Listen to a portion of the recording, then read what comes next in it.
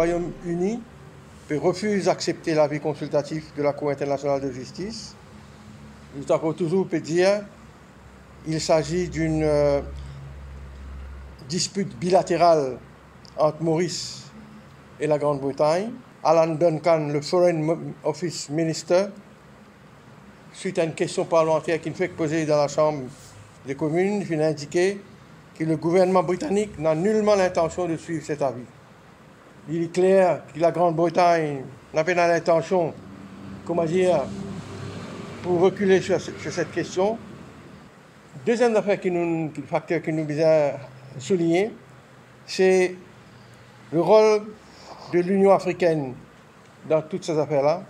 L'unité de l'Afrique finit largement permettre à l'île Maurice d'avoir un avis favorable face à sa deux puissances coloniales-là.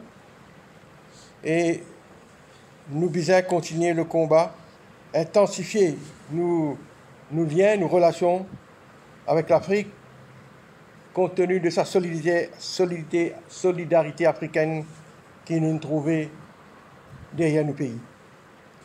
Après cet avis consultatif-là, nous devons guetter concrètement comment nous sommes capables d'assurer un progrès de ce combat, de la lutte qui nous a mené pendant 50 ans pour récupérer nos souverainetés et pour permettre le resettlement de nos frères et sœurs chagossiens sur les autres îles.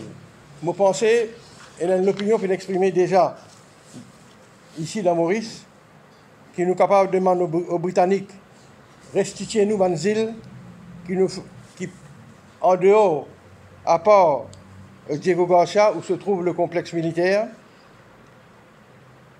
et retourne-nous tous les autres îles. Et tout ça là, bien sûr, bien faire en consultation avec nos camarades chagossiens, sans qu'ils nous abandonnent, nous claims de souveraineté, l'eau Diego Garcia. Vous pensez ça, proposition-là, il y a une proposition win-win pour tout le monde. Et tout ceci pour faire dans le contexte d'un dialogue, d'une négociation avec les Nations Unies. Nous amène la Grande-Bretagne à la table de négociation.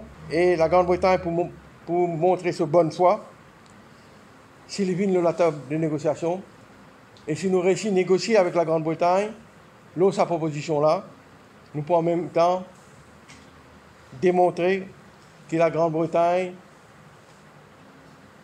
peut respecter l'avis de la Cour internationale de justice et il n'est pas totalement insensible à ça l'avis consultatif-là.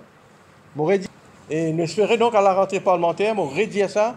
Premier, la loi qui vient de la table l'Assemblée, c'est la loi pour amender la loi travail, le Labour Relations Act,